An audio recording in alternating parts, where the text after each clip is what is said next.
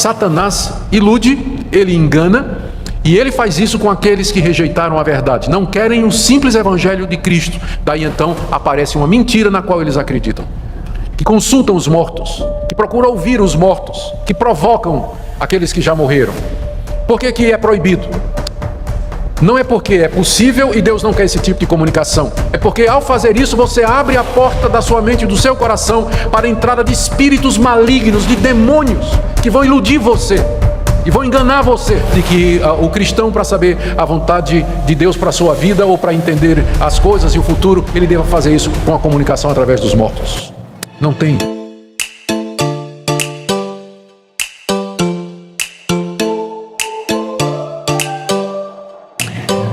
O último censo brasileiro fez um levantamento na área de religião, como vocês sabem, em 2010, e constatou que cerca de 2% da população brasileira se declara espírita. Isso pode parecer uma coisa pequena, mas na verdade é um número que passa aí dos milhões. O que é interessante é que isso representou um crescimento de 65% com relação ao censo anterior, ou seja, a religião que mais cresceu no Brasil foi o Espiritismo nos últimos 10 anos. Embora que ainda seja bem menor do que os evangélicos e os católicos, mas os que se declaram espíritas kardecistas vêm crescendo e crescendo muito. Muitos dos que praticam alguma forma de espiritismo se declaram católicos. Então, se você somar o espiritismo kardecista com a Umbanda, o Candomblé e outras variações, você vai entender por que o Brasil é reconhecido como o maior país espírita do mundo, se você soma todas essas vertentes, né, do espiritismo. O espiritismo kardecista não gosta de ser misturado ou tomado junto com a Umbanda, Candomblé, por exemplo. Eles dizem que são coisas completamente diferentes. Embora eles acreditem nos mesmos princípios, especialmente o da reencarnação, mas eles querem se distanciar. O espiritismo kardecista lembra que tem origem na França, que ele é mais recente, que ele é ciência e religião, que ele é da elite, e de fato o IBGE mostrou que os espíritas kardecistas estão entre as pessoas mais bem instruídas do Brasil. A escolaridade é muito grande e o nível financeiro também é muito alto. Enquanto que a Umbanda é de origem africana, tem rituais, bem como a macumba, o candomblé, que são chamados também de baixo espiritismo. O espiritismo kardecista se considera o espiritismo segundo o evangelho, ou espiritismo mesa branca, ou entre outros nomes, mas eles querem fazer a distinção entre eles e a Umbanda e o candomblé, não gostam de ser considerados como sendo iguais. A gente entende isso perfeitamente, não é? Por exemplo, o termo evangélico é muito amplo, e dentro do termo evangélico você tem variações, e as igrejas tradicionais sempre, quando são chamadas de evangélicas, diz assim, evangelho, mas não como aquelas da TV, né? Não como aquelas da TV, fazendo uma distinção. Então, os espíritas também, kardecistas, eles gostam de fazer essa distinção, dizendo que eles são à parte. Bom, vamos ver um pouco da história do kardecismo. A origem do kardecismo é marcada por eles mesmos com o ano de 1847. Foi o ano que uma família de sobrenome Fox mudou-se para Nova York. E havia duas crianças que começaram a brincar com mesas que giravam. Era um fenômeno que começou a atrair primeiro os pais, né, das crianças, porque as meninas chamavam os pais e papai, as mesas estão girando. Então as mesas levantavam e giravam, ficavam girando no ar. Depois, em cima dessas mesas, os copos começavam a andar e as meninas brincavam com aquilo. Os pais perceberam aquilo, a vizinhança também chamou a atenção, e daqui a pouco já havia um grupo interessado em estudar esses fenômenos, que teve grande divulgação nos Estados Unidos e depois na Inglaterra e na França. Em 1860, cerca de 20 anos, menos de 20 anos depois, já havia 180 mil espíritas na Inglaterra. nos Estados Unidos e 250 mil na Inglaterra, porque eles entenderam que aquele fenômeno era a ação dos espíritos de pessoas que haviam morrido tentando se comunicar com os que estavam vivos, e usavam para isso esses fenômenos das mesas girantes e dos copos que andavam e assim por diante. Foi nessa época que um professor francês chamado Léon Hippolyte Diriveille, ele começou a estudar esses fenômenos e disse que aquilo tinha que ter uma outra explicação. Mas ele acabou se convencendo, de fato, de que aqueles fenômenos e outros eram tentativas de comunicação do além, pessoas que já morreram, que estavam tentando se comunicar com os vivos e que usariam estes fenômenos como sendo esse veículo.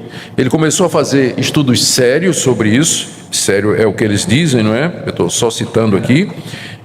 Sobre os espíritos, entrevistou muitos espíritos e finalmente codificou a doutrina espírita como nós temos hoje.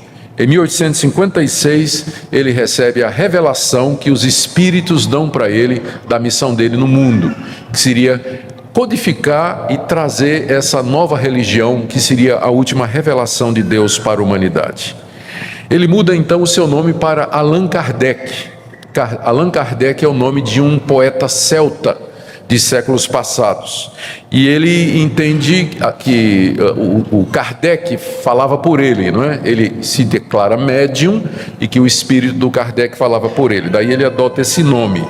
E em 1858 ele funda a Sociedade Parisiense de Estudos Espíritas. Publica no ano seguinte, aliás, no mesmo ano, o livro dos Espíritos, que é o clássico, é a Bíblia do Espiritismo, e o Evangelho segundo o Espiritismo, em 1864, cerca de 6 anos depois. Estes são os 2 livros clássicos da doutrina espírita, ambos publicados por Allan Kardec no século XIX. O que é que Kardec ensina nesses livros? E o que eu vou dizer, eu tirei do segundo livro, o livro O que é o Espiritismo, ou o Evangelho segundo o Espiritismo, que está publicado no site da Associação Brasileira Espírita Brasileira. Então, para ninguém dizer que eu estou pegando fonte espúria, né? Eu fui na fonte original. E lá no site deles, eles têm esse livro publicado em PDF, disponível para quem quiser, que é o livro que tem a espinha dorsal do pensamento kardecista. Então eu fiz as seguintes apontamentos aqui, anotações, querendo entender o pensamento kardecista. Como é que eles se definem? Como é que o espiritismo kardecista se define? De acordo com eles, Moisés deu, o espiritismo kardecista é a terceira revelação de Deus para a humanidade. A primeira foi através de Moisés. Moisés deu a lei da parte de Deus e que foi resumida nos 10 mandamentos. A segunda revelação foi Jesus Cristo, que veio depois de Moisés e aperfeiçoou a revelação número 1. Número 2 aperfeiçoa a número 1. Jesus resumiu tudo que Moisés disse no amor de Deus e ao próximo, e ele se torna o guia e modelo para a humanidade.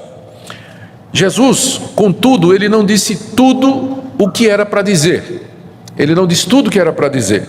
Inclusive ele disse aos discípulos: eu tenho muita coisa para dizer para vocês, mas vocês não podem suportar agora. Então Jesus não disse tudo. E quando ele falou, ele falou de maneira metafórica. Por exemplo, Jesus ensinou sobre a reencarnação, só que ele chamava de ressurreição, porque o conceito de reencarnação não era conhecido entre os povos daquela época, não é? Então Jesus usou o termo ressurreição. E ele estava esperando que a humanidade progredisse e que a ciência avançasse para que a verdade completa fosse dita. Inclusive ele disse assim, que mandaria o Consolador e que o Consolador guiaria os seus discípulos a toda a verdade, porque ele, Jesus, não disse a verdade completa. Então, quando o Consolador viesse, traria aquela verdade que Jesus começou a ensinar. E essa verdade, então, vem através de Allan Kardec. Allan Kardec é a terceira revelação. Ele traz a terceira grande revelação de Deus para a humanidade. O Espiritismo, então, que é o complemento do ensino de Cristo, mostra a realidade do mundo espiritual e explica os fenômenos que antes pareciam especulação e coisas sobrenaturais. Eles dizem que esses fenômenos sempre estiveram presentes, mesas girando, barulho você ouvir de noite, né? Gente andando na casa, você vê vulto, objetos se mexendo, pessoas que de repente parecem mudar de personalidade. Tudo isso era atribuído a demônios, e essa explicação não é científica. Agora o Espiritismo traz a verdadeira explicação. Isso é a tentativa dos mortos de falar com os vivos, e eles procuram chamar a nossa atenção para estabelecer contato conosco. Por isso essas manifestações que acontecem com muita gente, não é? O que as pessoas antes pensavam que era ilusão ou algum tipo de doença, a pessoa ficava lunática ou estava vendo coisa, ou a religião tradicional atribuía aos demônios. Não é nada disso. É simplesmente a tentativa dos espíritos desencarnados, aqueles que já morreram, de falar com os vivos. Jesus, na verdade, havia explicado isso. Ele até disse que João Batista era Elias. João Batista é Elias, não é? Aquele profeta do Antigo Testamento que voltou na pessoa de João Batista. E o próprio Jesus disse que ninguém pode entrar no reino de Deus se não nascer de novo. Então, a pessoa tem que nascer outra vez. Nascer só uma vez não é suficiente, ela tem que nascer de novo. Então, tudo que Jesus disse foi de forma velada, alegórica, porque ele não podia dizer a verdade completa naquela época. Ele estava esperando que a humanidade avançasse e progredisse. E isso chegou no século XIX, quando os espíritos então escolheram Allan Kardec para trazer a verdade final que Deus tinha para a humanidade. Assim, o Espiritismo, como eles entendem, porque eu não acredito em nada disso que eu estou falando, viu, gente? É que eu estou vendo gente assim. Eu estou só explicando o que é que o Espiritismo diz, tá? Não é o que eu acredito. Bom, só para deixar claro. O Espiritismo, então, é considerado por eles como sendo a consumação da evolução moral e espiritual da humanidade, pois combina ciência, religião e filosofia. Eles dizem que essa foi uma evolução que levou 18 séculos para poder se consumar. E agora em Allan Kardec você tem a revelação final de Deus para a humanidade. O Espiritismo, portanto, é o cumprimento daquela promessa de Jesus de que mandaria o Espírito Consolador. Então o Espírito que Jesus prometeu há 2 milênios atrás veio em 1840 e poucos, quando instruiu Allan Kardec a respeito das verdades do mundo espiritual e o que é que nos aguarda depois. Aqui é importante observar, segundo ponto, isso aqui é a origem do pensamento espírita, não é? Eu quis dar um pouco da história. Qual é a fonte de autoridade? Essa é uma pergunta que a gente sempre deve fazer quando estuda religiões e procura fazer uma comparação com o cristianismo. Quais são as fontes de autoridade que os líderes destes movimentos usam? Para que eles apelam? Enquanto que, por exemplo, os cristãos evangélicos apelam para a Bíblia como fonte de autoridade, a fonte de autoridade para o espiritismo kardecista não é dado, essa fonte não é dada por homens, mas é pelos espíritos, que são estou citando literalmente a página 37 do livro, não é dado por homens, mas pelos espíritos, que são as vozes do céu em todo lugar, através de uma multidão incontável de médiuns. A verdade Deus revelou para ser dada através dos espíritos desencarnados, que através dos médiuns nos trazem revelações a respeito das coisas que nós não sabíamos. Eles nos informam a respeito do mundo espiritual, eles nos falam a respeito do futuro, eles nos dizem a situação que eles passam e possibilita que você entre em contato com aqueles entes queridos que já morreram.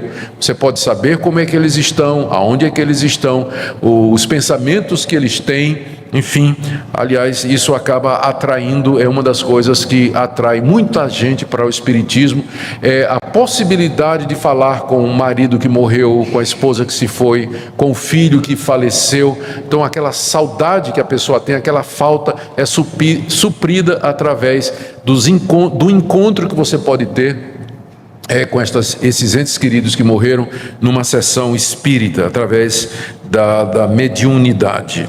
Então, esse é o pensamento, essa é a origem do pensamento espírita.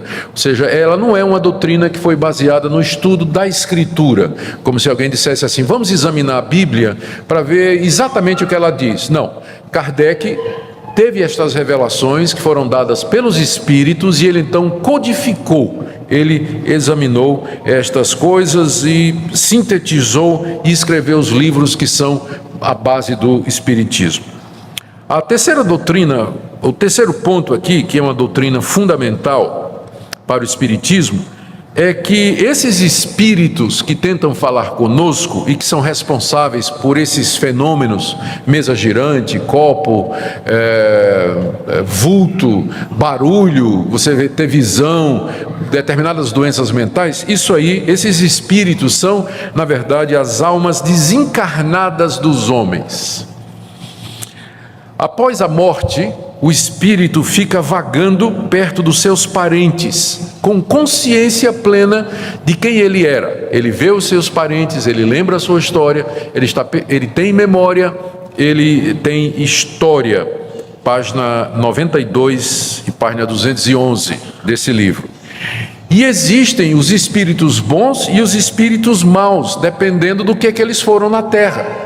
Então, se foi uma pessoa muito má, uma pessoa perversa e muito cruel, depois da morte, o espírito dessa pessoa continua nesse estado. É um espírito mau, um espírito perverso. Mas se a pessoa foi uma pessoa boa, que praticou a caridade, fez o bem, então quando ela morre, o seu espírito é um espírito do bem.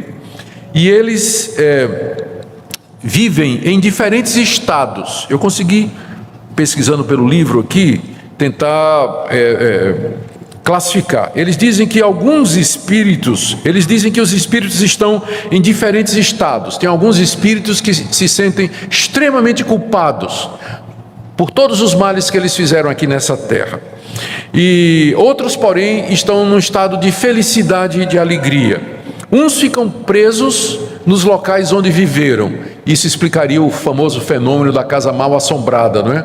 Porque é o espírito que tem uma história, foi alguém que tem uma história relacionada com aquele lugar, e depois que morre, o espírito dele não consegue se desligar daquela casa, daquele acidente geográfico, enfim, fica ligado, né? O espírito da pessoa fica rondando por ali.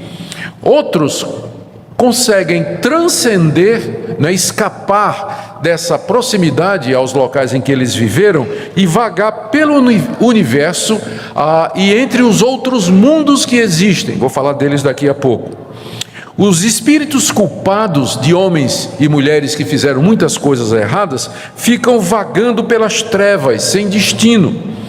E esses espíritos maus, eles são atormentados com remorso pela lembrança da separação dos entes queridos e de todos os erros que eles cometeram. Esses espíritos podem se tornar rancorosos e perseguir aqueles que fizeram mal para você, em busca de vingança, e pode oprimir as pessoas, pode subjugá-las e até possuí-las, né? Esses espíritos maus e perversos. Então, isso que na religião cristã, eles dizem isso claramente, isso que na religião cristã tradicional é chamado de demônios, aquilo que a gente atribui a demônio, possessão demoníaca, engano, erro, opressão e males, isso aí não existem demônios, eles não acreditam na existência de Satanás, são espíritos desencarnados de pessoas que eram más e que estão tentando ou se vingar, ou nos iludir, ou voltar para ter contato com os seus parentes e amigos, mas não tem nada disso de demônio, Satanás, não é? Isso é uma explicação supersticiosa. A explicação deles é científica, né? A nossa é supersticiosa. Então, não são demônios, né? Mas na verdade são os espíritos maus. O quarto ponto aqui, que é muito importante também, é a possibilidade de comunicação com esses espíritos. Eles são agentes de Deus que trazem novas revelações para a humanidade, página 145. E como tal, eles informariam a verdade sobre certos assuntos. Há um mistério na Bíblia, só para dar um exemplo, de onde Jesus esteve entre 12 anos e 30 anos. A gente não sabe, a Bíblia conta a história de Jesus até os 12 anos, e de repente é um intervalo e Jesus reaparece com 30 anos para ser batizado por João Batista lá no Rio Jordão. Onde é que teve Jesus dos 12 aos 30 anos? A Bíblia não diz, mas os espíritos dizem. Eles sabem. Jesus foi para a Índia e lá ele estudou, né, com os gurus, com os sábios hindus. Aprendeu levitação, aprendeu artes mágicas, aprendeu a usar os seus poderes. E volta então aos 30 anos de idade. Isso explicaria em grande parte os seus poderes e a sua habilidade de comunicação e tudo mais. Isso aí está no livro de um espírita chamado Werneck. O título é Jesus, a vida de Jesus dos 12 aos 30 anos. Os espíritos, dependendo de quem eles são, né, nessa comunicação, eles podem predizer o futuro. Eles podem anunciar o que é que vai acontecer e descobrir coisas ocultas. O quinto ponto aqui é que essas comunicações dos mortos, né, dos que já morreram, com os vivos, é feita pelos médiuns. A mediunidade é considerada um dom de Deus. A mediunidade é a capacidade que Deus dá a algumas pessoas de se comunicar com esses espíritos. Aqui eu leio o que está na página 214. Os médiuns são os intérpretes dos espíritos. Suprem-lhes os organismos materiais que lhes faltam para nos transmitir suas instruções, porque são capacitados com dons para esse fim. Eles dizem que os apóstolos eram médiuns que tinham recebido este dom de Deus, bem como Jesus Cristo também era médium, e eles acrescentam ainda: os médiuns são os intérpretes encarregados de transmitir aos homens os ensinamentos dos espíritos, ou melhor, são os instrumentos materiais pelos quais se comunicam os espíritos para se tornarem compreensíveis aos homens. A sua missão é santa e tem o objetivo de abrir os horizontes da vida eterna. Os espíritos vêm instruir os homens sobre a sua destinação futura, a fim de orientá-los no caminho do bem. Está na página 280. Agora, cuidado, porque tem espíritos maus que se disfarçam de espíritos bons e enganam as pessoas através dos médiuns. Estes são os falsos profetas, não é? Então, na verdade, você nunca vai ter certeza numa sessão espírita se o espírito que está falando ali, ele é um espírito bom ou um espírito mau, porque ele sempre vai se apresentar como um espírito bom, porque se é bom, ele vai ser bom, e se é mau, vai se disfarçar de bom. Então sempre vai ser uma comunicação aparentemente boa. Daí eles têm uma série de critérios que são colocados, como reconhecer o verdadeiro médium, né? E um dos critérios é que um médium não cobra. Então, se a gente fosse usar esse critério aqui no meio evangélico, né? Pastor verdadeiro é o que não cobra, né? Então, muito pastor ia ficar de fora. Então,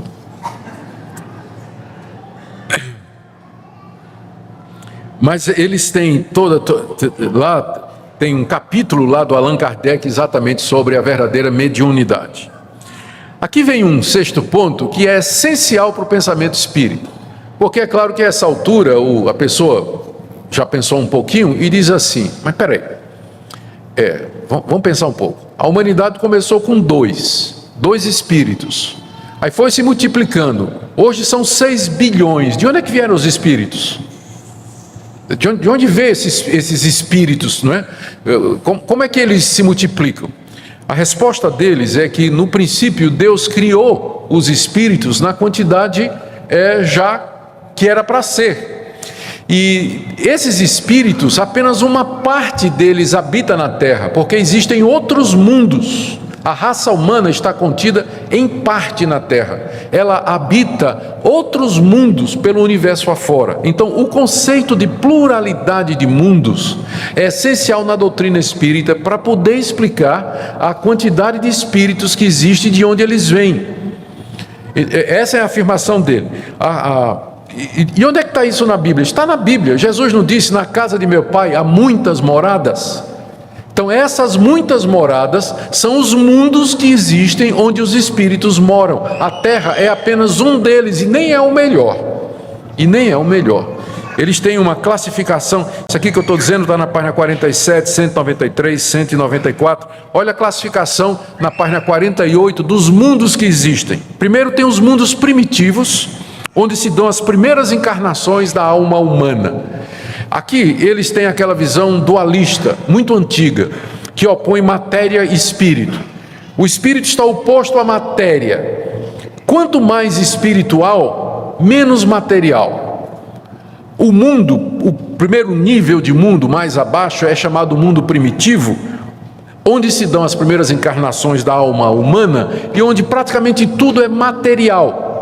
No próximo nível você tem o mundo das expiações e das provas, onde o mal predomina e onde os espíritos sofrem para poderem se aperfeiçoar nessa escala, nessa escalada.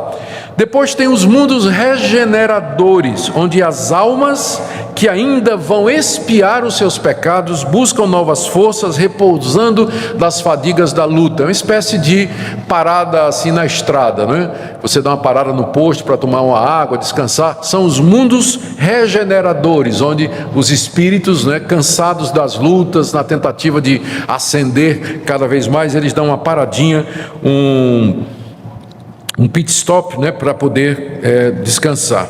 E tem os mundos felizes, onde o bem já supera o mal, e o último o mais elevado, são os mundos celestes ou divinos, onde moram os espíritos puros. Eles não têm mais corpos, os corpos já ficaram para trás, porque eles representam quase que um empecilho, né? Esses espíritos puros, onde mora exclusivamente o bem, onde só reina o bem. A Terra pertence à categoria de mundo 2, nível 2, né? Lá embaixo, é o mundo das expiações e das provas. Aqui nesse planeta, esses espíritos vêm, eles encarnam, e eles aqui são submetidos à prova. Isso explica dor, sofrimento, catástrofe, a história da humanidade, sempre marcada pelo sofrimento, pela contrariedade, angústia, guerras e violência, enfim, todo esse catálogo de males que acompanha a humanidade, é porque é esse mundo aqui, é aqui que vem os espíritos pagar pelos seus pecados, para poder passar para um mundo melhor, né, e morar em outro mundo, no universo,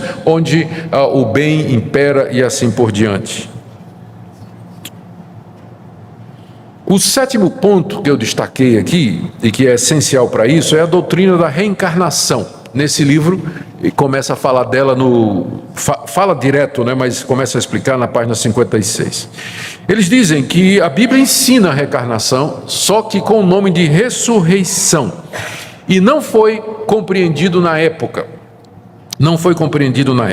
A definição que eles dão aqui é a seguinte: a reencarnação é o retorno do espírito à vida corporal, mas em um outro corpo, formado novamente para ele, e que não tem nada em comum com aquele que se desintegrou. O espírito não morre, o espírito é imutável, imutável no sentido de que ele não pode ser destruído, mas ele é passível de alteração e de evolução. E esse processo, né, de salvação, que é o progresso da alma, inclui muitas reencarnações. E aí o espírito reencarna em um mundo ou outro, né? Pode reencarnar na Terra, pode reencarnar num desses mundos aí que estão espalhados pelo universo, e ele vai evoluindo. É como um videogame em que você vai vencendo etapas, não é? Você vai vencendo etapas e vai se aproximando cada vez mais do final para você ganhar. Então, cada etapa dessa seria um mundo diferente, e dependendo de como você se comportou naquele mundo onde você encarnou, você ou vai para um mundo mais acima ou um mundo mais para baixo. Ou você reencarna numa forma, num corpo e numa situação mais feliz, ou numa situação de sofrimento e assim por diante. Eles dizem que Jesus ensinou isso em João 3, de 1 a 3, quando disse a Nicodemos: quem não nascer de novo não pode entrar no reino de Deus. Quem é nascido da carne é carne, mas quem é nascido do Espírito é Espírito. Portanto, eu vos digo, importa-vos nascer de novo. E também lá em Mateus 17, de 11 a 13, quando Jesus diz aos discípulos: vocês querem saber quem é João Batista? Ele é Elias, que haveria de vir. Então, esse conceito da reencarnação é fundamental. Para eles, a vida, o ciclo é esse: morrer e reencarnar, e assim sempre prosseguir até chegar naquele nível superior do mundo puro, celeste ou divino. Um outro ponto, número 8, é com relação aos sofrimentos aqui nesse mundo. Os sofrimentos aqui nesse mundo são explicados como sendo o resultado de erros, pecados e faltas cometidos na vida anterior. Eles dizem assim: o mundo, a ciência já provou que o mundo é regido pela lei de causa e efeito. Então, todo efeito, tudo que acontece tem uma causa. Você nasce nesse mundo, você já nasce com a doença, você já nasce com a deformidade física, você já nasce numa situação de pobreza, de sofrimento. E você vai passar a sua vida toda sofrendo, sem você nunca ter feito mal a uma mosca. Então, isso não é justo. Por que as pessoas sofrem quando elas nunca fizeram nada para isso?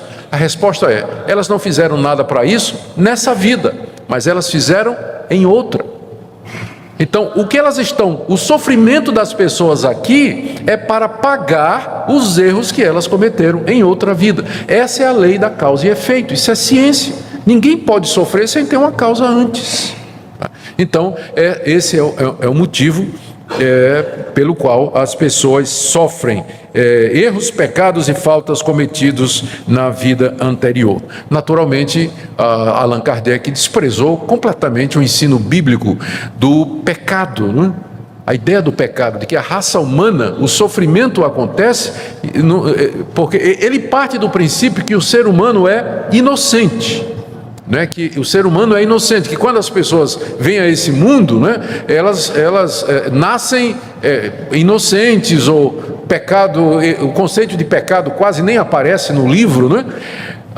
E também ele também não menciona, não chega nem perto de mencionar o conceito de juízo final, o dia em que Deus vai fazer o ajuste de contas, né? O dia que Deus vai fazer o ajuste de contas. Então, porque não tem esse conceito do pecado original, que é a explicação bíblica para o sofrimento do homem aqui nesse mundo, então é que ele vai ter que dizer que a causa do sofrimento é uma vida anterior, onde você fez um monte de coisa errada.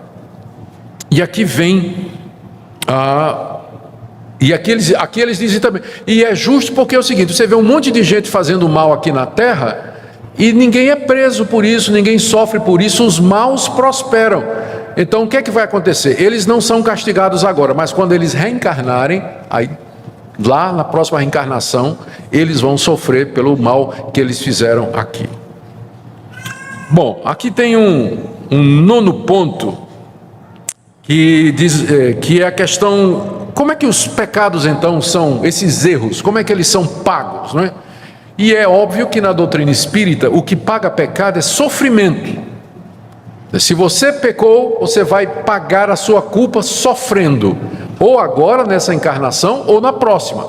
Então, no livro, né, nesse livro não tem, eu li o livro todinho, não tem uma única menção sobre a cruz de Cristo como sendo pagamento pelos nossos pecados, o sangue de Cristo derramado pelos nossos pecados, o conceito de que Cristo na cruz morreu por nós, a ideia da substituição, que Cristo morre como nosso substituto, não aparece uma única vez no livro. A ideia é de que o pecado é pago pelo sofrimento. Se você pecou, se você errou, você vai pagar por isso, sofrendo aqui nesse mundo ou na próxima reencarnação.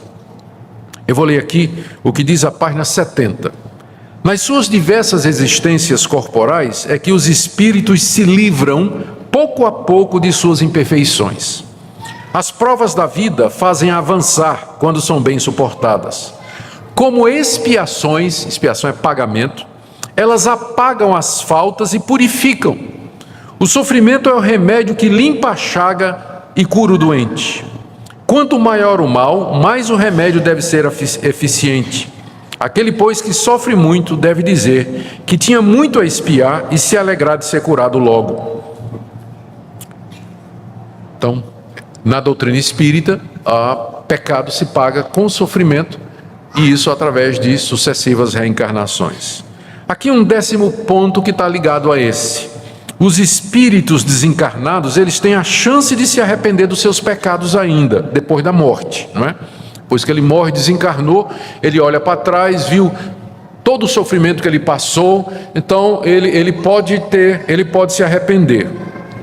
Página 135, página 213, em vários lugares é dito. Quando o espírito mau se arrepende, Deus lhe traz esperança, e aí ele pode retornar à terra para se aperfeiçoar. Parece que o privilégio da reencarnação é dado somente ao espírito que se arrepende. Esse espírito mau, que durante uma encarnação fez um monte de coisa errada, depois que ele morre, que ele fica vagando em trevas, se ele se arrepende do mal que ele fez, Deus lhe dá uma segunda chance depois da morte. E aí ele volta à terra para reencarnar, para pagar esses pecados, para ir depois da próxima morte, ele já ir para um daqueles universos ou mundos ou um nível espiritual superior. Por isso, é bom que nós oremos pelos espíritos. Página 39, a oração pelos mortos. Aí diz aqui, página 266, os espíritos sofredores pedem orações, e as orações dos vivos são proveitosas para eles, porque ao ver que são lembrados, se sentem mais confortados e menos infelizes. Além disso, a oração tem para eles uma ação mais direta, reanima sua coragem, estimula neles o desejo de elevar-se pelo arrependimento, pela reparação, e pode desviá-los do pensamento do mal. Ou seja, você pode orar pela alma orar pelo espírito daquele ente querido que você teve, ou daquele amigo seu que era uma pessoa muito má, né, e que morreu e que deve estar em sofrimento. Você pode orar por ele, porque Deus pode conceder o arrependimento, e aí ele vai voltar numa outra forma, onde ele vai pagar aqueles pecados e assim ele vai evoluir. O 11º ponto aqui da doutrina espírita, e que é básico para eles, é resumido numa frase que está na página 39. Fora da caridade não há salvação. Esse é um slogan do espiritismo kardecista. Fora da caridade não há salvação. Mas vocês já entenderam agora o que é que isso quer dizer, não é? Fora da caridade não há salvação. A salvação aqui é você simplesmente se aperfeiçoar o seu espírito através de sucessivas reencarnações, onde essas imperfeições são purgadas pelo sofrimento que você vai passar em cada uma delas. E se você fizer o bem, se você é arrependido, né, você fazer o bem, praticar as boas obras, fazer caridade, ajudar os pobres, isso vai ajudar você, isso paga pecado, isso entra na contabilidade a seu favor, de forma que quando você morrer, você pode ir para um mundo mais evoluído ou reencarnar numa forma mais feliz. Vocês agora entendem por que o Espiritismo dá tanta ênfase na questão da caridade, da ajuda aos necessitados e aos pobres, que é uma coisa boa, porém a motivação é essa, que faz parte desse processo evolutivo de redenção da alma pelo qual o indivíduo vai fazer. Como eu disse, não há no livro nenhuma menção da morte de Cristo na cruz para pagamento dos pecados e nem do seu sangue derramado pelos pecadores. Aqui, é claro, o Espiritismo bateria de frente com o apóstolo Paulo, né? Porque o apóstolo Paulo disse: pela graça sois salvos por meio da fé, não por obras, não por nada que nós façamos. Outro ponto, para eles o inferno não é eterno e nem literal. O sofrimento depois da morte demora somente o tempo que o espírito leva para se arrepender. Então aquelas descrições que a Bíblia faz do inferno eterno, que queima como o bicho que não morre, né, que come a consciência e tudo mais, diz que aquilo tudo é absolutamente figurado, né? Não é figurado, apenas se refere ao remorso que a alma desencarnada sente, a culpa que ela sente depois da morte, mas se ela se arrepende, termina ali o sofrimento dela, ela volta para a terra. Portanto, não há céu, não é? E nem inferno, como estados ou situações fixas, não é? Mas céu e inferno é o que a alma sente depois da morte. e que pode, no caso do céu, evoluir para ficar mais céu ainda, ou no caso do inferno, se ela se arrepende, ela volta e tem uma segunda chance. Quem foi Jesus? Quem é Jesus na opinião do Espiritismo? Jesus é um médium reformador que apareceu na Judéia, é um espírito avançado da sexta esfera.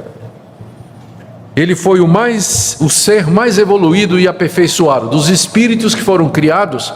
Aquele que aparece em Jesus de Nazaré é o que mais evoluiu e chegou perto daquilo que nós podemos chegar. Tanto é que todos aqueles que evoluem e chegam perto da situação de Cristo são Cristos também. Cristo é todo aquele que chega a essa posição, que chegou a essa figura, Jesus, lá na Judéia. Bom, eu penso que isso aqui já é uma descrição justa. É importante, quando nós estamos analisando o que outros escrevem, que a gente seja justo, para a gente não colocar na boca deles o que eles não disseram. Tá? Então eu tentei reproduzir o que está no site da Federação Espírita Brasileira, tá? Que é a federação, uma das federações que coordena o movimento no Brasil. O que é que nós diríamos a isso agora? O que é que nós podemos dizer? Vamos fazer agora uma análise que não se trata de nenhum ataque aos nossos amigos espíritas, porque liberdade religiosa é um direito civil fundamental. Cada um crê no que quer. Então, todo mundo tem a liberdade de ter a religião que quer. Portanto, isso aqui não se trata de um ataque à liberdade de ninguém. Você pode crer no que quiser ou não crer em nada.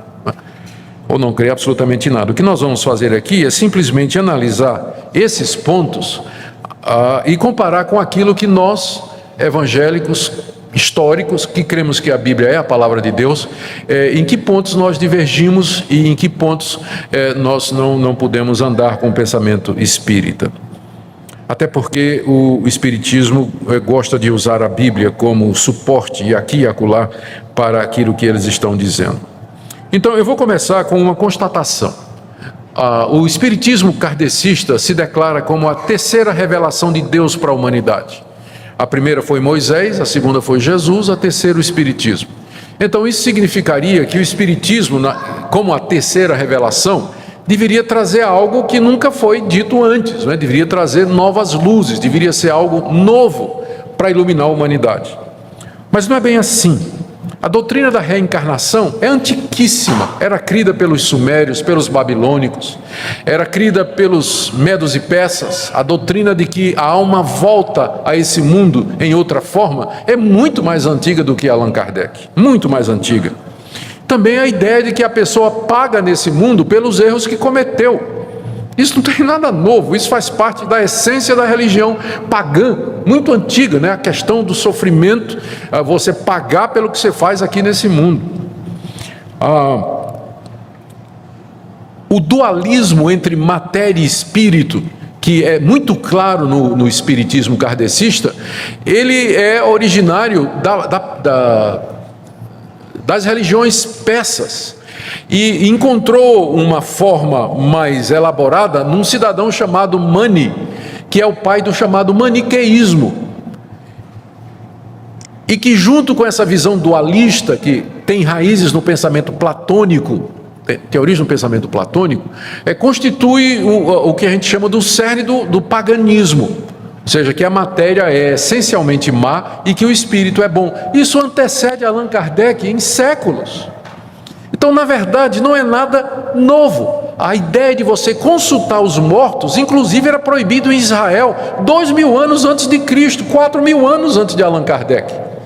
Então, a ideia de você falar com mortos, que mortos voltam e que as pessoas sofrem pelos seus pecados aqui nesse mundo e que a matéria é inferior, o espírito é superior, isso é bem mais antigo do que Allan Kardec. Então, o que é que tem de novo nisso? Na minha opinião, nada. É simplesmente ideias antigas de religiões pagãs que foram codificadas por uma pessoa inteligente e apresentada como sendo uma nova religião, mas nada mais é do que conceitos antiquíssimos, inclusive que datam antes de Cristo. Então, essa reivindicação de que é uma nova revelação fica pendendo a explicação histórica, não é? Bom, então, se é uma terceira revelação, quer dizer que não teve antes, não é? Não teve antes, não tinha nada parecido antes. Mas como é que explica que esse conceito, então, está presente em todos esses movimentos extremamente antigos? Uma segunda crítica que uma segunda diferença, aliás, a primeira diferença que eu queria mostrar aqui é com relação ao conceito de Deus. O Deus do Espiritismo não é o mesmo Deus que nós, evangélicos que cremos na Bíblia, professamos. O Deus que nós professamos, Ele é eterno, Ele é criador dos céus e da terra, onipotente, onipresente, onisciente. Até aqui o espírita kardecista iria conosco. Mas aí nós vamos mais adiante e dizemos que esse Deus subsiste em 3 pessoas: Pai, Filho e Espírito Santo. E aqui já começa a diferença com o kardecismo, porque para eles Jesus Cristo não é Deus. Ele é o homem mais perfeito e evoluído que já houve nessa face da terra e, portanto, ele é modelo e guia para nós. Mas ele não é Deus. Para nós, Jesus Cristo é Deus. Ele é a segunda pessoa da Trindade. E o Espírito Santo também é Deus. Mas para o espiritismo kardecista, as referências que a Bíblia faz sobre o Espírito Santo é sobre os espíritos desencarnados, espíritos mortos. O Espírito Santo não é a terceira pessoa da Trindade. Então, o Deus do espiritismo não é o Deus do cristianismo evangélico histórico que leva a Bíblia como sendo, ou que toma a Bíblia como sendo a palavra de Deus. A primeira diferença é essa: não é o mesmo Deus. Por isso, então, já fica difícil, é uma situação complicada quando vem aquelas cerimônias ecumênicas, não é? Em que diz assim, é o mesmo Deus, né? Vamos fazer um culto ecumênico onde nós estamos orando ao mesmo Deus, e você tem lá um representante do Espiritismo, mas não é o mesmo Deus. O meu Deus é Pai, Filho e Espírito Santo. Jesus Cristo é Deus, mas eles não creem nisso. Então não é o mesmo Deus. A diferença já começa aí. E também a diferença fundamental com relação a Jesus Cristo. Para nós, Jesus Cristo é Deus feito homem. Ele não é um espírito aperfeiçoado, um homem aperfeiçoado. Ele é Deus que tomou carne, se tornou um de nós, se fez homem e permanece Deus para todos sempre. Ele é Deus homem, 100% Deus e 100% homem. O que explica o fato de que Jesus se destaca dos demais da humanidade não é que ele é uma pessoa que se aperfeiçoou através de reencarnações, mas porque ele era Deus e estava entre nós. E se explica os seus poderes, a sua santidade, a sabedoria das suas palavras, a sua morte e a sua ressurreição. E para nós o Espírito Santo, como eu já disse, também é Deus. Portanto, a diferença conceitual básica é muito grande entre o que nós cremos a respeito de Deus e que o espiritismo kardecista acredita a respeito de Deus. Um outro ponto aqui de diferença é com relação a essa fonte de autoridade que são as informações dos espíritos. Vamos pegar um conceito central para o espiritismo, como, por exemplo, a pluralidade de mundos, que existem universos habitados por homens pelo cosmos afora. Só não foram descobertos ainda, né? Mas tem. Mas qual é a base para eles afirmarem isso? Para nós, a Bíblia é a única regra de fé e prática. E se houvesse mundos dessa natureza, com homens morando, nós deveríamos encontrar algum sinal disso na Escritura Sagrada, mas não tem absolutamente nada. Quando Jesus diz, na casa do meu Pai há muitas moradas, ele está simplesmente dizendo que tem muito lugar na casa do Pai. Não está se referindo a mundos ou terras, né, e planetas povoados pelo universo afora. Isso aí, esse conceito não foi encontrado na Bíblia, mas foi dado pelos espíritos. Os espíritos é que disseram isso a Allan Kardec, de que existem mundos habitados. Então já vem uma grande diferença aqui. A doutrina evangélica, protestante, cristã, ela é baseada na Escritura. O que é que a Bíblia diz? Se a Bíblia não diz, eu não posso afirmar, eu não posso dizer. O pensamento kardecista é baseado em sessões mediúnicas em que o médium diz que está recebendo o Espírito, que está dando a seguinte informação. Aí vai passando aquelas informações. Eu vou ler aqui para vocês o que está no site da Federação Espírita Brasileira, na parte dizendo quem somos nós e a origem do Espiritismo. Ele diz assim: Riveil, que é o Allan Kardec, pedagogo francês, fluente em diversos idiomas, autor de livros didáticos e adeptos de rigoroso método de investigação científica, não aceitou de imediato os fenômenos das mesas girantes, mas estudou-os atentamente e observou que uma força inteligente movia estas mesas. E investigou a natureza desta força, que ele identificou então como os espíritos dos homens que haviam morrido. Ok. Não é dito aqui como é que ele chegou a essa conclusão de que aquelas mesas girantes eram os espíritos dos homens que haviam morrido. Havia outras alternativas de explicação. Explicação bíblica é demônios, charlatanice, ilusão. Tem tantas outras explicações, mas ele chegou a essa conclusão. Como é que ele chegou a essa conclusão? Ele diz aqui: Kardec fez centenas de perguntas aos espíritos, analisou as respostas, comparou-as, codificou-as, tudo submeteu ao crivo da razão e não aceitando e não divulgando nada que não passasse por esse crivo. Assim nasceu o Livro dos Espíritos e o professor Riveio se imortalizou adotando o pseudônimo de Allan Kardec. O espiritismo kardecista não faz... Não procura disfarçar isso, mas a fonte da doutrina deles é a sessão mediúnica. É um médium que diz que está recebendo o espírito de Santo Agostinho, é o espírito do apóstolo Paulo, e que está agora trazendo a verdade completa. A base é essa, não tem nada a ver com a Bíblia. Não é escritura a base. E essa é uma diferença fundamental entre nós e o pensamento kardecista. Então, até para discutir, quando você vai conversar com um amigo espírita, a dificuldade é que não tem uma base para você argumentar, porque você vai querer apelar para a Bíblia, mas ele vai dizer, não, a Bíblia tem apenas parte da verdade, né? Porque a verdade suprema veio através de Allan Kardec, e aqui está o que os espíritos disseram para Allan Kardec. Nesse livro, segundo o Espiritismo, só para ilustrar o que eu estou dizendo, cada capítulo escrito por Allan Kardec, ele escreve bem, é claro, e o capítulo não é muito grande, mas no final do capítulo tem assim, doutrina dos espíritos, aí vem Chico Xavier, aí diz o que é que Chico Xavier falou, o Espírito falando através de Chico Xavier. Aí Santo Agostinho, que é um médium famoso, né, que incorporava o Espírito de Santo Agostinho, que morreu, viveu no século IV. Aí disse isso. Então, a parte a doutrina dos Espíritos no final de cada capítulo é maior do que o capítulo de que Kardec escreveu, porque é a base deles, né? É exatamente o que esses Espíritos haveriam de dizer. As grandes doutrinas bíblicas são totalmente ignoradas. Eu tive o cuidado de fazer essa pesquisa para não ser injusto, mas eu procurei e não tem nada nos livros que fale sobre os milagres de Jesus, o fato de que ele nasceu de uma virgem, a sua morte na cruz pelos pecados, a sua ressurreição literal dos mortos, a intercessão pelos seus, ele está agora à direita do Pai intercedendo pelos seus, a sua segunda vinda física a este mundo e o mundo vindouro onde habita a paz e justiça. As grandes doutrinas da Bíblia são deixadas totalmente de lado, não tem a menor menção nesse livro, que é o livro fundamental do pensamento espírita. Uma outra coisa que nós podemos dizer aqui, e em que nós divergimos então, é que não há nada na Escritura, na Bíblia, sobre reencarnação dos espíritos dos homens após a morte, e nem desse progresso mediante sucessivas reencarnações.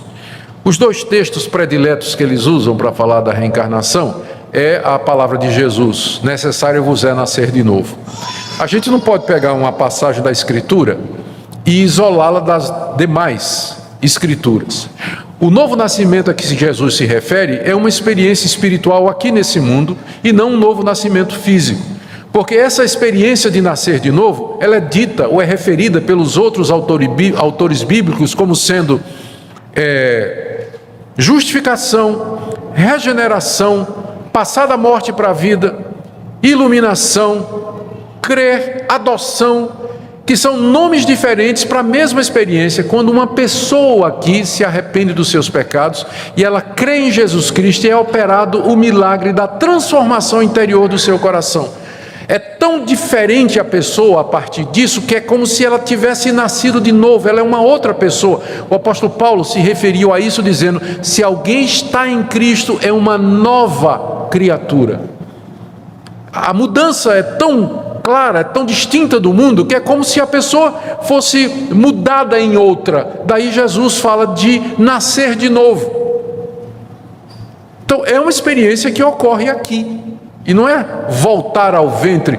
Foi isso que Nicodemos não entendeu direito, né?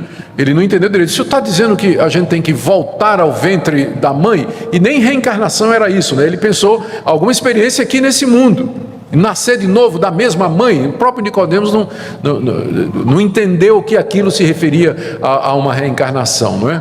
Ele não entendeu o que seria a natureza desse novo nascimento. E Jesus disse: não, eu estou falando de alguma coisa que acontece no âmbito espiritual. O que é nascido da carne é carne, portanto não tem nada a ver com reencarnação.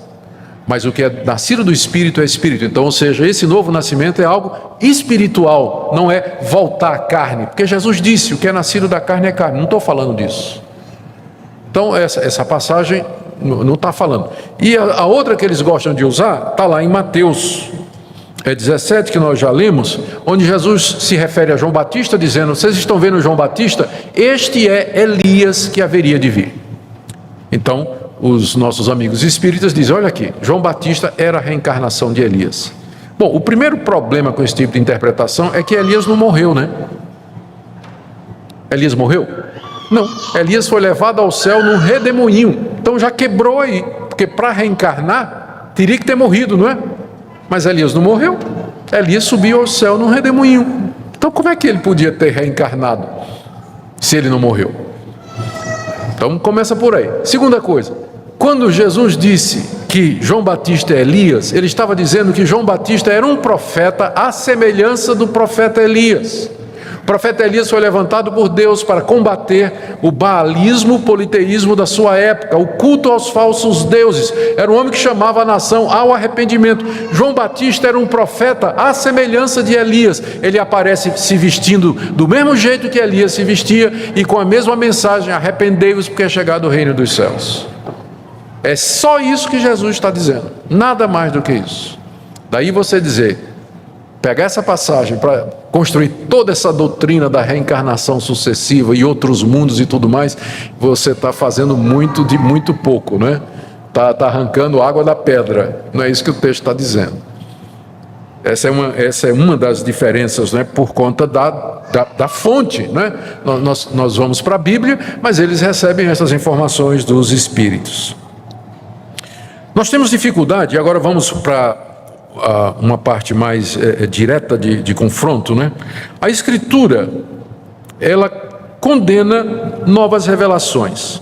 O apóstolo Paulo ficaria muito surpreso se ele ouvisse o que está sendo dito, que Jesus que hoje, 2000 anos depois, um novo evangelho surge para completar aquele antigo. Olha o que Paulo disse, escrevendo aos Gálatas: ainda que nós mesmos, ou um anjo vindo do céu, vos pregue um evangelho que vá além do que vos temos pregado, seja maldito.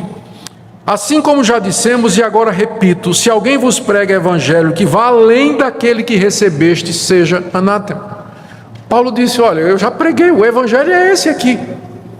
Se aparecer um anjo do céu dizendo: eu trago uma nova revelação, uma adição, um complemento a isso aqui, Paulo diz: pode amaldiçoar, que não é de Deus. Seja maldito, isso não vem de Deus. Não vem de Deus. Então nós temos muita dificuldade, né, com esses movimentos que aparecem dizendo: nós temos uma revelação que Deus guardou para o fim dos tempos e que nunca foi dado antes. Ué, mas como é que ficaria? Paulo ficaria aqui. Paulo está errado então aqui, né? Como é que fica essa situação? A Bíblia também nos diz, irmãos, que os demônios, eles enganam as pessoas. Na segunda carta aos Tessalonicenses, capítulo 2, o apóstolo Paulo diz assim: ora, o aparecimento do ímpio, do iníquo, é segundo a eficácia de Satanás, com todo o poder e sinais e prodígios da mentira, com todo o engano de injustiça aos que perecem, porque não acolheram o amor da verdade para serem salvos. É por esse motivo, pois, que Deus lhes manda a operação do erro para darem crédito à mentira, a fim de serem julgados todos quantos não deram crédito à verdade, antes, pelo contrário, deleitaram-se com a injustiça. Nessa passagem aqui o apóstolo Paulo está dizendo o seguinte: quando uma pessoa rejeita a verdade, que é o evangelho de Jesus Cristo, e ela continua rejeitando a verdade, a uma certa altura Deus manda a operação do erro para que a pessoa creia na mentira. E essa operação do erro, ela acontece através de sinais, prodígios e poderes. Em outras palavras, Satanás ilude, ele engana, e ele faz isso com aqueles que rejeitaram a verdade, não querem o simples evangelho de Cristo. Daí então aparece uma mentira na qual eles acreditam. E essas mentiras, elas são levadas avante por demônios. Veja o que diz aqui a palavra de Deus, o que Paulo disse na primeira que ele escreveu a Timóteo, capítulo 4, verso 11, verso 1, aliás. Ora, o Espírito Santo afirma expressamente que nos últimos tempos alguns apostatarão da fé por obedecerem a espíritos enganadores e a ensinamento de demônios. Os demônios ensinam, eles iludem, eles se disfarçam. Na segunda carta aos Coríntios, capítulo 11, o apóstolo Paulo diz que Satanás se transfigura em anjo de luz. Satanás não vai aparecer com um rótulo na testa dizendo: Satanás, eu sou o diabo. Ele não vai aparecer com rótulo na testa, mas ele vai aparecer como um anjo de luz, na forma de um ente querido, na forma de uma pessoa querida, na forma de alguém que você confia, alguma coisa para iludir você e levar você para fora do evangelho de Cristo Jesus. A Bíblia também é muito clara, dizendo que não há segunda chance após a morte. Esse é outro ponto de diferença. No Espiritismo, a pessoa recebe chances e oportunidades de arrependimento depois da morte, mas de acordo com a Bíblia, não tem essa chance. Em Hebreus capítulo 9, verso 27 está dito: aos homens está determinado morrer uma só vez, e depois disso vem o juízo. Morre uma só vez, e depois disso segue-se o juízo. Hebreus 9, 27. Em Lucas 16, 19 a 26, nós temos a parábola que foi contada por Jesus, que alguns acham que não é parábola, porque aqui, na verdade, ele até cita o nome de um dos componentes da parábola. É a única vez que ele faz isso, então seria quase que uma história, não é? Ele cita a seguinte história: Jesus, Lucas 16, a partir do verso 19. Havia um homem rico que se vestia de púrpura e de linho finíssimo. Verso 20, havia também um mendigo chamado Lázaro, coberto de chagas, que vivia na porta dele e queria comer das migalhas que caía da mesa do rico, e até os cães vinham lamber-lhe as feridas. Morreu o mendigo e foi levado pelos anjos para o seio de Abraão. Morreu também o rico e foi sepultado. No inferno, estando em tormentos, levantou os olhos e viu ao longe Abraão e Lázaro no seu seio. Nós estamos concordando com o kardecismo até agora, no fato de que depois morreu, não acaba não. Depois da morte, continua vivo, né? Então, concordamos com eles até agora, né? Então, nesse ponto, os kardecistas e os evangélicos se unem contra os materialistas, porque os materialistas vão dizer que depois da morte acaba tudo, não tem nada. Até agora nós estamos concordando, os dois morreram e continuaram existindo. O miserável, pobre mendigo foi para o seio de Abraão, o céu, e o rico entrou no estado de sofrimento. Vamos dizer que é figurado? Não é, mas vamos dizer que é figurado. Esse ficou no estado de felicidade depois da morte, e outro entrou no estado de culpa, de remorso e de sofrimento, e ambos se lembravam do que é que tinha acontecido aqui na terra. Então, o rico, no estado de sofrimento, disse: Pai Abraão, refere-se a Deus, tem misericórdia de mim e manda Lázaro que molhe em água a ponta do dedo e me refresque a língua, porque estou atormentado nessa chama. Disse, porém, Abraão: Filho, lembra-te que recebeste os teus bens em tua vida, e Lázaro igualmente os males. Agora, porém, aqui ele está consolado e tu em tormentos. E além de tudo, está posto um grande abismo entre nós e vós, de sorte que os que querem passar daqui para vós, outros não podem, e nem os de lá passar para cá. Não pode mudar. Morreu, entrou no estado de sofrimento, estado de felicidade. Ah, pai Abraão, tem misericórdia, eu estou sofrendo aqui, manda Lázaro aqui trazer um pouquinho d'água para eu morrer, para me aliviar desse sofrimento. Não dá, porque não pode mudar. Não pode sair de um estado para o outro. Depois da morte não tem isso. Jesus parece que não conhecia a doutrina, Aí então, o rico em sofrimento, ele diz assim: Pai, eu te imploro que o mandes à minha casa paterna, faz com que Lázaro volte, que ele reencarne e que vá falar com meus irmãos. Eu tenho 5 irmãos, para que dê testemunho, a fim de que não venham para esse lugar de tormento. O que é que o rico queria? Exatamente isso, que Lázaro voltasse, reencarnasse, e que fosse lá na casa do pai dele falar com seus irmãos. O que que respondeu Abraão? Eles têm Moisés e os profetas, ouçam. Quer dizer, não precisa, eles têm a Bíblia, Moisés e os profetas. Tudo que é preciso saber a respeito do mundo espiritual, o que é que vai acontecer depois, está aqui. Eles têm Moisés e os profetas, basta, não precisa nada, que eles ouçam o que diz a Bíblia. Mas ele insistiu: não, pai Abraão, se alguém entre os mortos foi ter com eles, né, se arrependerão. Se os mortos voltarem e falarem com os vivos e dizer: olha, existe um tormento depois da morte, então os vivos vão dizer: puxa, eu não quero ir para lá, eu vou me arrepender. Mas Abraão respondeu: se eles não ouvem Moisés e os profetas, tampouco se deixarão persuadir, ainda que ressuscite alguém dentre os mortos.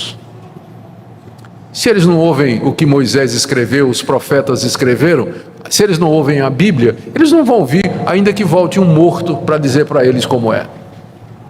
Então, tá muito difícil, você que recebe a Bíblia como palavra de Deus, você compatibilizar com o ensinamento da reencarnação. Não tem como, isso de que depois da morte você tem uma segunda chance, que você volta. Jesus ensinou com muita clareza: depois da morte é o juízo. O homem morre uma vez e depois segue-se o estado eterno. Você tem que decidir o seu estado eterno aqui, enquanto você está vivo, enquanto você tem esperança, porque depois da morte não volta, não muda, não se altera.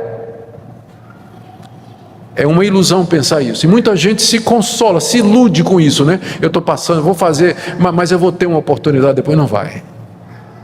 Pelo que Jesus disse, não vai, é aqui.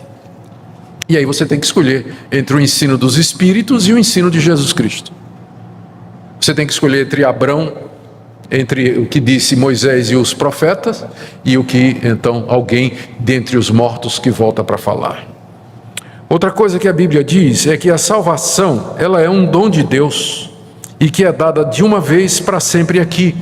João 3,16: Deus amou o mundo de tal maneira que deu o seu Filho unigênito, para que todo aquele que nele crê não pereça, mas tenha a vida eterna. A vida eterna, um estado definido, imutável. Então todo aquele que crê em Jesus Cristo, aqui e agora, ele recebe a vida eterna. Não é algo que vai depender de uma volta a esse mundo, onde ele vai se aperfeiçoar através do sofrimento e assim indefinidamente até poder chegar a esse estado de felicidade. Mas o pecador que aqui e agora se arrepende dos seus pecados, mediante a fé em Jesus Cristo, ele já recebe de Deus o perdão de pecados. E essa salvação, ela é dada pelo sacrifício de Cristo e por Ele somente, não pela caridade. Pela graça sois salvos mediante a fé, não por obras, mas pela graça e misericórdia de Deus. Gálatas, capítulo 2, verso 16.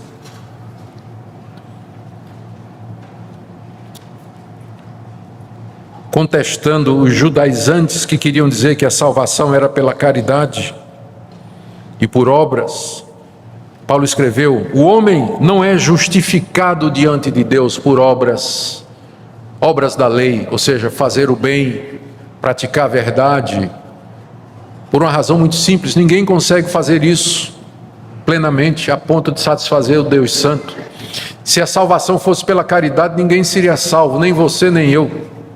Se a salvação fosse pelo merecimento, estaríamos todos já no inferno. Salvação é um dom de Deus, mediante o sacrifício do seu Filho na cruz do Calvário, que ali sofreu a minha penalidade, que morreu pelos meus pecados, de forma que Ele possa, Deus agora nos concede uma salvação livre, plena e completa dos pecados seus aqui e agora, e não numa vida futura. É pela cruz de Cristo e pelo sangue de Cristo que os pecados são perdoados. Voltando a Paulo, Gálatas 2,16: o homem não é justificado por obras da lei, e sim mediante a fé em Cristo Jesus, Também nós cremos em Cristo, para que sejamos justificados pela fé em Cristo e não por obras da lei, pois por obras ninguém será justificado diante de Deus. Mesmo o homem ou a mulher mais dedicados e moralmente esforçados aqui nesse mundo, jamais chegarão a um nível em que poderão satisfazer o padrão do Deus santo e perfeito, que nem pode contemplar o mal, tal a sua santidade. De acordo com a Bíblia, portanto, o inferno é eterno. Jesus definiu isso com muita clareza em Mateus 25, 41, dizendo que os ímpios, aqueles que não se arrependeram, eles irão para o sofrimento eterno. A Bíblia condena claramente a comunicação com os mortos. Deuteronômio 18. Abra aí sua Bíblia. Vamos ouvir Moisés e os profetas. Vamos ouvir Moisés. Deuteronômio, escrito por Moisés, 18.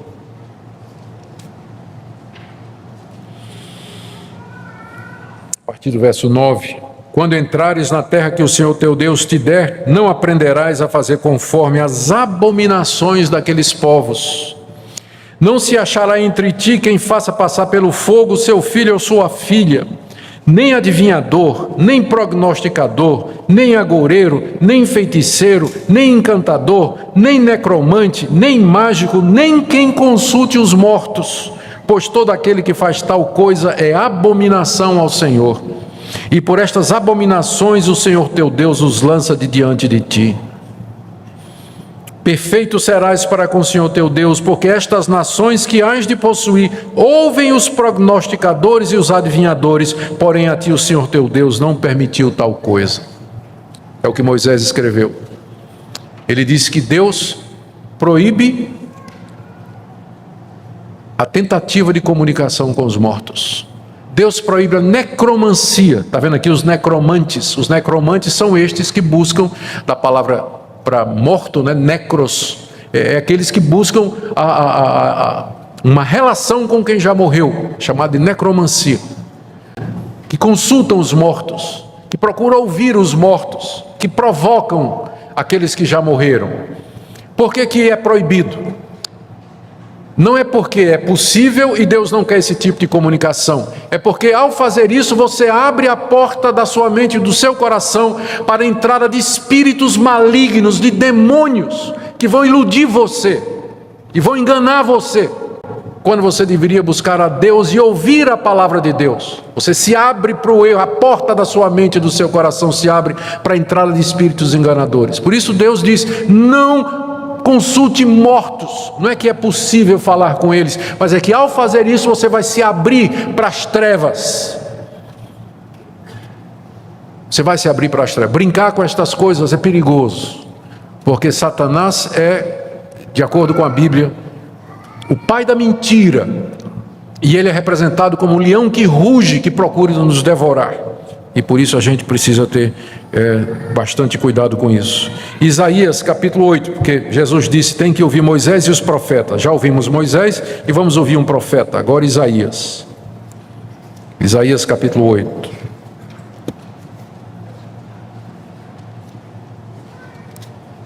O profeta Isaías está falando da parte de Deus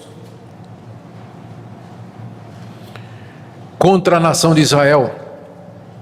Essa mesma nação que recebeu a lei de Deus, entrou na terra prometida, expulsou aqueles povos que praticavam necromancia, eram agoureiros, adivinhadores, consultavam os astros, praticavam astrologia, invocavam os mortos. Deus entregou aquelas nações na mão de Israel, e dizendo: você não se misture com essas nações, porque estas práticas são proibidas, estas práticas são erradas, vocês adorarão a mim somente. Séculos depois, o que aconteceu? Na época do profeta Isaías, o povo voltou as costas para Deus, e o povo estava praticando necromancia, consultando os adivinhos, querendo saber o futuro através das estrelas, consultando búzio, horóscopo, tarô, enfim, tudo que tinha lá para saber o que era o futuro e que Deus havia proibido.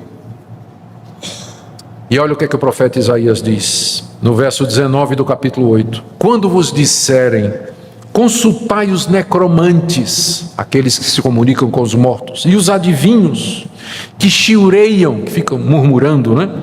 Acaso não consultará o povo ao seu Deus?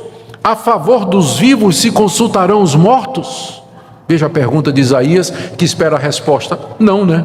A favor dos vivos eu vou consultar os mortos? Se eu posso consultar a Deus, se eu posso buscar aquele que é Senhor e Criador de todas as coisas? A resposta é não. Ouvimos a lei e ouvimos os profetas, como Jesus disse.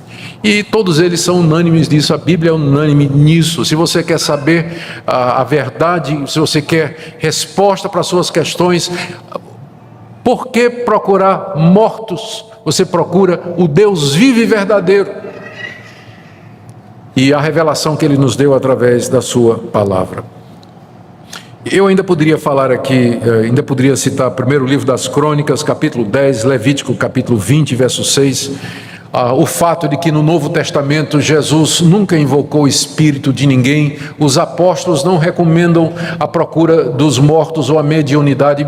Nós desafiamos alguém a nos mostrar no Novo Testamento qualquer situação, qualquer ensinamento explícito, implícito ou por dedução de que o cristão, para saber a vontade de Deus para a sua vida ou para entender as coisas e o futuro, ele deva fazer isso com a comunicação através dos mortos. Não tem, você não vai encontrar em lugar nenhum da Bíblia, porque o conceito bíblico é muito claro. Deus é um Deus pessoal, Ele fala comigo pela sua palavra, Ele já me deu a sua revelação. Moisés, os profetas, Jesus Cristo e os apóstolos estão todos aqui. Eu não preciso, a favor de mim que estou vivo, consultar quem já morreu, até porque a Bíblia me adverte a respeito disso. Satanás se transfigura em anjo de luz. A conclusão que nós chegamos aqui, tem muita coisa que podia ser dita, não é? É a seguinte: como nós já dissemos, nós respeitamos os nossos amigos espíritas e a liberdade de religião no Brasil. Cada um crê no que quiser. E graças a Deus por isso, porque também garante a minha liberdade de crer no que eu quero. Mas nós podemos comparar e ver as diferenças. E essas são as razões pelas quais, e essas são as grandes diferenças que existem entre o cristianismo histórico e o espiritismo kardecista. São diferenças tão fundamentais que é muito difícil adorar lado a lado como se estivéssemos fazendo isso ao mesmo Deus. São duas crenças completamente diferentes, duas religiões completamente diferentes. O cristianismo histórico, bíblico e o espiritismo kardecista. Não tem como casar, não tem como compatibilizar. Elas divergem com relação a quem é Deus, quem é Jesus Cristo, quem é o Espírito Santo, como é que eu sou salvo, o que é que acontece depois da morte, como é que eu sei a vontade de Deus, o que é a Bíblia. São opostos, completamente opostos. Por isso, o que nós aconselhamos, você tem amigos que são espíritas, tem que tratá-los com todo amor, com todo carinho, são cidadãos brasileiros, exercendo o direito deles, como também você está exercendo o seu. Mas chegada a oportunidade e havendo condições, num ambiente de tranquilidade e de respeito, você dizer por que é que você não é espírita. Por que é que você não pode aceitar o espiritismo como sendo compatível com o cristianismo histórico? Por essas diferenças aqui. É outra religião completa, não tem nada a ver. Não tem nada a ver. Então, respeito, né? Sempre tem que ter no trato com as pessoas, mas também definição clara dizendo: eu não posso crer, não posso seguir e não posso entender, porque está em oposição clara ao ensino da palavra de Deus. Então, a minha oração é que Deus ajude os irmãos, abençoe. Esse estudo eu posso disponibilizar depois, estará na secretaria da igreja, para quem quiser depois ter esse resumo aqui, né? Não tem direito autoral, você pode multiplicar, usar, distribuir, fazer o que quiser com ele, mas o objetivo é deixar a igreja instruída e preparada e confirmar os irmãos na fé. Nós vamos orar para encerrar, então, a nossa aula, estudo, sermão. Hoje foi muito mais aula do que sermão, não é? E depois